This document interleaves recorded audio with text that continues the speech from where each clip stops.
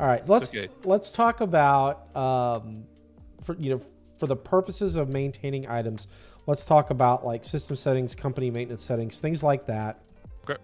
This is basic blocking and tackling stuff that you're going to want to have set up on the front end of the system before you start loading items, or something maybe you look at and you decide you want to change. Most of the fun, I think, is going to be in the inventory management part. Mm-hmm. I can't think of anywhere else that it's really too big of a deal, but we'll just... What? Okay, there it is. I was asking where the inventory costing basis was. I didn't know if it was an inventory general or if it was in an accounting somewhere. Yeah. So so how you're going to cost is definitely important. So you can go average, you can go FIFO, or you can go standard. You cannot change this once you've started down a path. Yep. Once you have inventory transactions in your system, this is locked forevermore.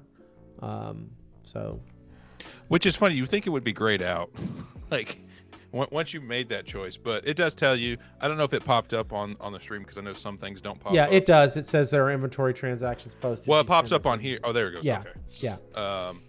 So it'll tell you. You know something I never noticed until just now, and I don't understand. I mean, I'm sure there's a case use is the allow duplicate UPC numbers. So the use case for that, I can tell you what it is only because I've hit this. All right. That sounds like a nightmare. It's not. It makes a lot of sense if you think about it from this perspective. Are you going to buy your Rice Krispies from General Mills, or are you going to buy it from Kroger, or both? Because that box is going to have the same UPC code on it, whether you buy it from Kroger.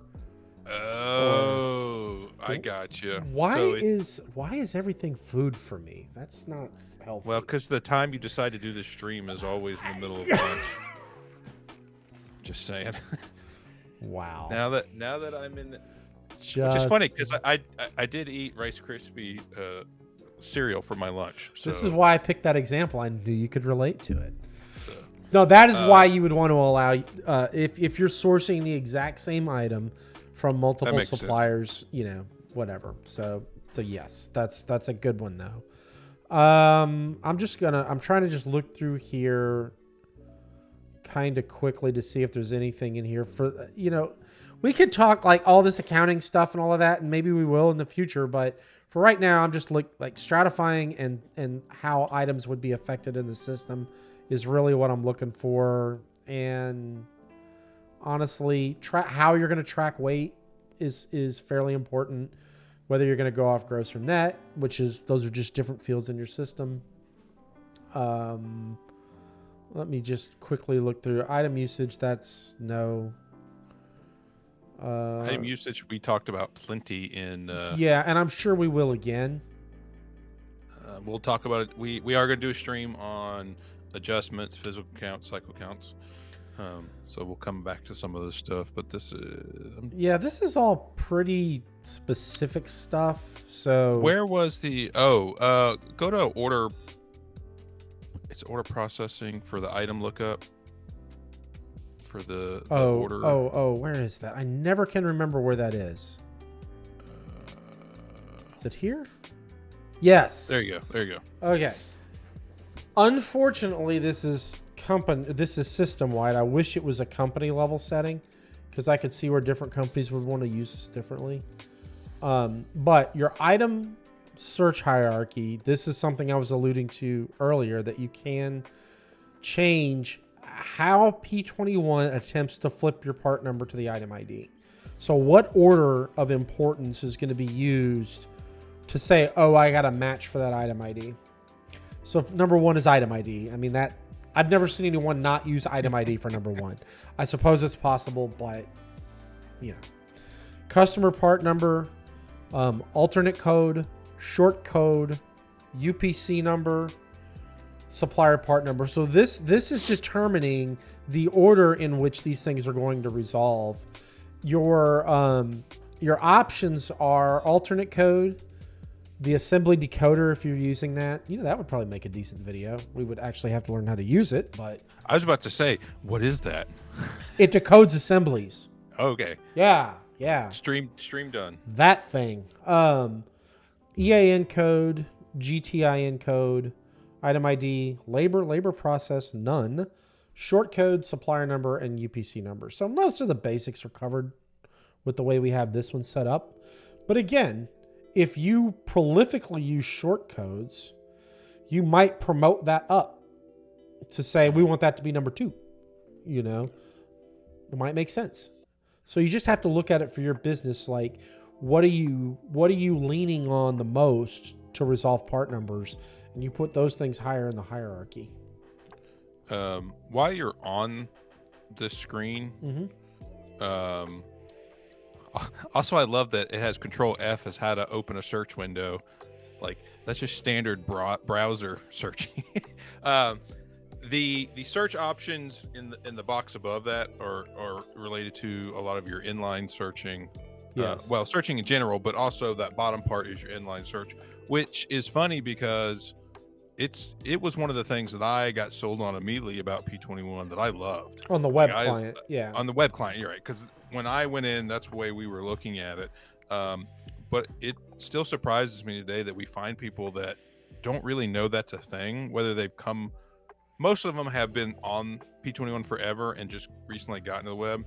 And one of the customers that we were talking to about trying to help clean up duplicate items that are just slightly off, one of the reasons is they didn't have this inline search turned on. So if somebody started typing something, if they didn't type it exactly the way somebody had entered it, or gone into the need search new part number.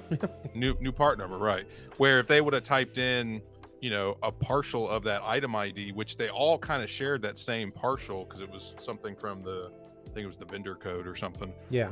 It would have probably helped alleviate some of that. So yeah, I agree. If you don't have that turned on, you should. You should. At this point, I'm just going to say it. Unless your servers are horrendously slow, in which case you should call us immediately. Yes. But unless your servers are horrendously slow, there's no use case to not have this turned on that I can think of. It does nothing but help.